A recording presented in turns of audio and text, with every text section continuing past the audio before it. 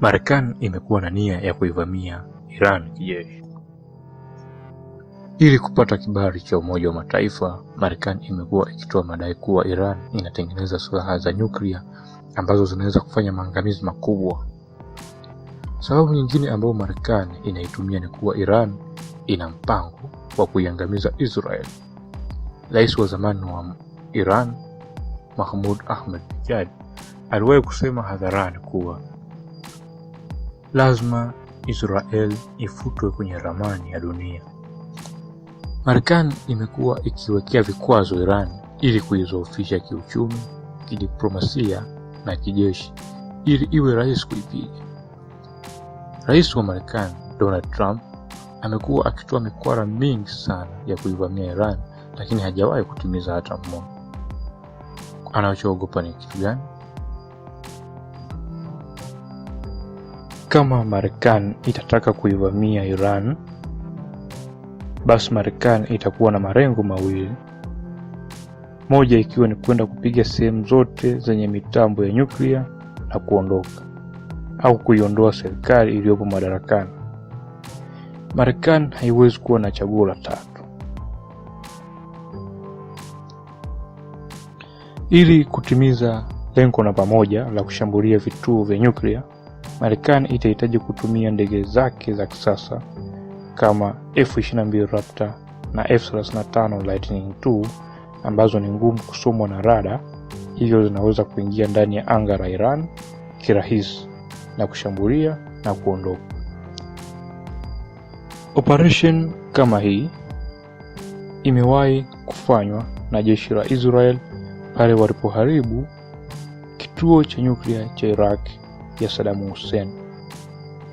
Changamoto ambazo Marekani itakutana nazo ni mifumo ya ulinzi wa anga iliyopo Iran.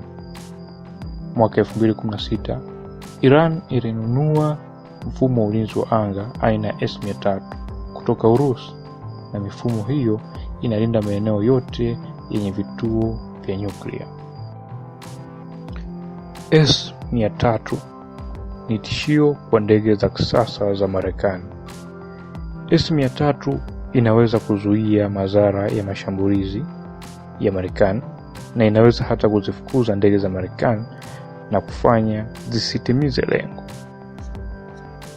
Pia Iran wameweza kutengeneza mifumo mingine ya kisasa ikiwemo Bavar 373 na Cordate 15. Mifumo yote hii inaweza kukabiliana na ndege za Marekani, hivyo itakuwa ngumu kwa Marekani kutimiza lengo hili. Kama Marekani itataka kutimiza lengo namba 2 la kuiondoa serikali iliyopo madarakani, basi hapo kutakuwa na vita kamili ambavyo vitachukua muda mrefu. Washirika ambao wanaweza kukubali kuisaidia Marekani pamoja na Israel na Saudi Arabia na Kuwait. Marekani ina kambi ya kijeshi Uturuki, lakini itakuwa vigumu kwa Uturuki kuunga mkono uvamizi dhidi ya Iran. Pia Marekani ina kambi ya kijeshi nchini Iraq na Afghanistan, lakini mataifa yote haya itakuwa vigumu kukubali kuunga mkono uvamizi dhidi ya Iran. Kwa upande wa Iran, kuna washirika wengi ikiwemo Hezbollah ya Lebanon, Hezbollah ya Iraq na Houthi ya Yemen na Hamas ya Palestina. Pia Iraq na Syria zimekuwa washirika wa muda mrefu sana wa Iran.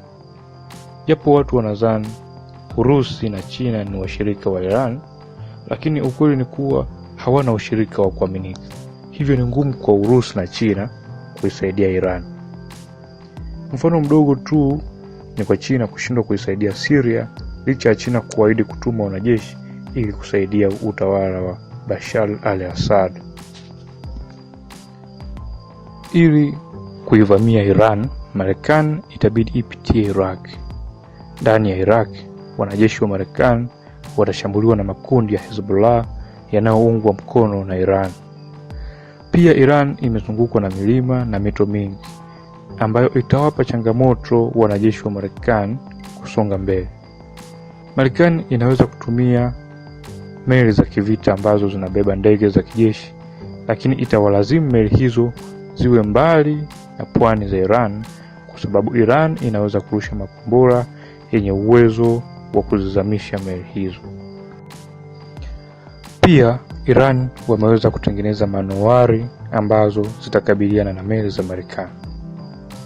Iran ina makombora yanayoweza kutua Israeli, lakini makombora hayo hayana uwezo wa kulenga target kwa asilimia kubwa, hivyo yanaweza kudondoka hata kabla ya kupiga target. Pia Iran inategemea ndege za kizamani sana ambazo zinaweza kudunguliwa kirahisi na Marekani.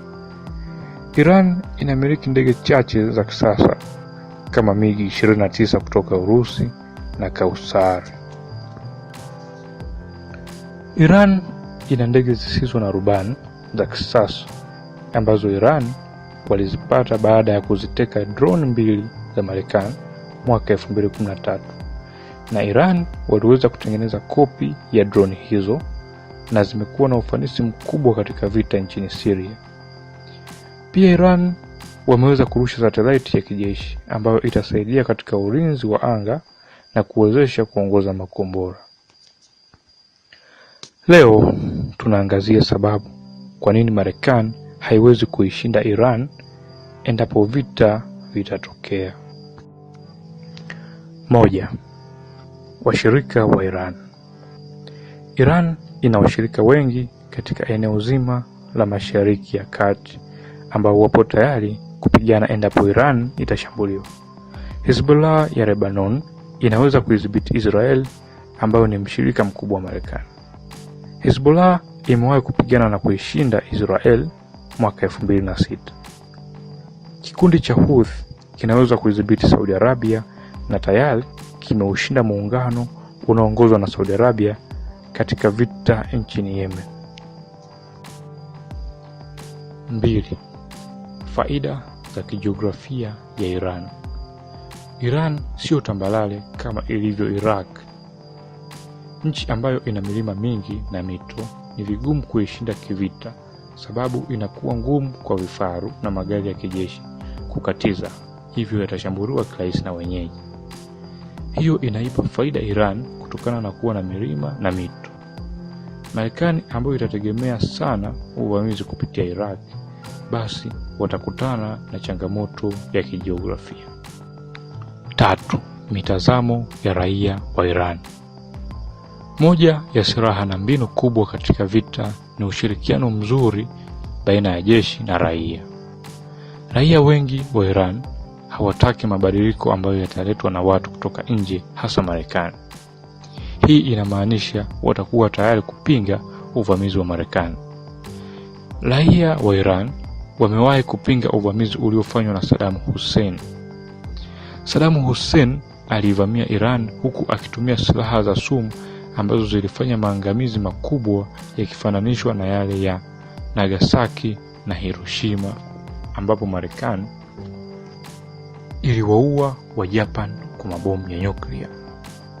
Saddam Hussein alifanikiwa kuteka eneo kubwa la Iran, lakini vijana wengi wa Iran waliamua kupinga uvamizi huo na waliweza kumshinda.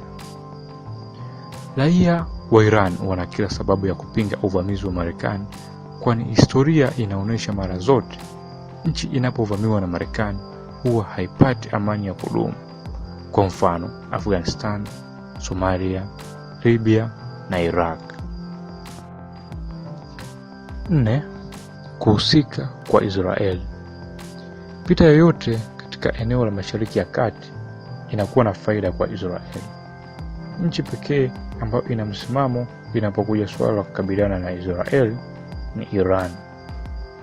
Israeli imekuwa na nia ovu sana ya kunyang'anya ardhi ya mataifa mengine.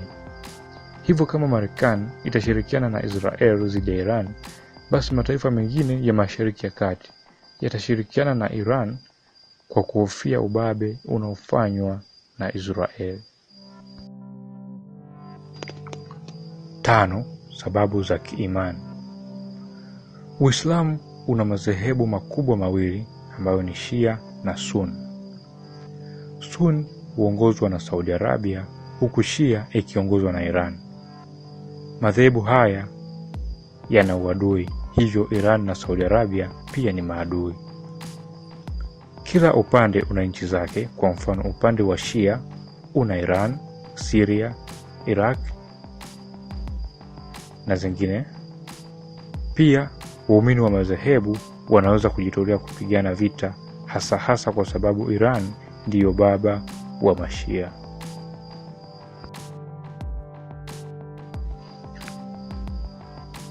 Sita, uwezo wa jeshi la Iran. Huwezi kuchambua uwezo wa kupambana wa nchi bila kutazama uwezo wa jeshi la nchi hiyo. Iran imekuwa ikijitahidi kuboresha uwezo wa jeshi la nchi yake licha ya vikwazo. Yapo baadhi ya mambo yanafanywa na Iran ni propaganda zinazochekesha sana. Kwa mfano, mwaka 2013 Iran walizindua jeti za kivita ambazo walidai haziwezi kugunduliwa na rada za kawaida. Baadaye ikija kugundulika kuwa ndege hiyo hata rubani hawezi kukaa sababu ni ndogo. Pia ilishindwa kupaa, hali iliyopelekea kupewa jina la utani taksi ya ndege. Lakini Iran ina jeshi lenye vifaa vya kisasa, vingi vikitokea Marekani na Urusi.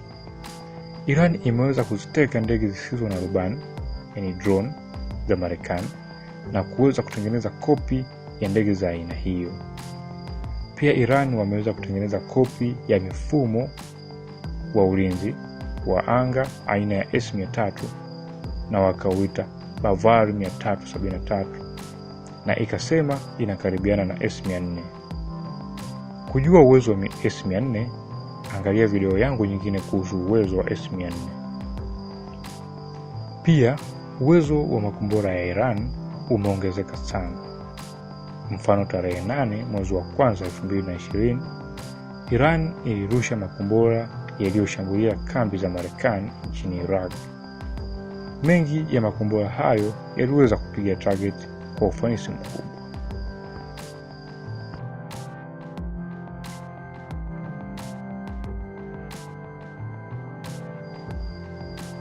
Kuanzisha vita na Iran ni kuanzisha vita kubwa ambavyo mwisho wake haujulikani.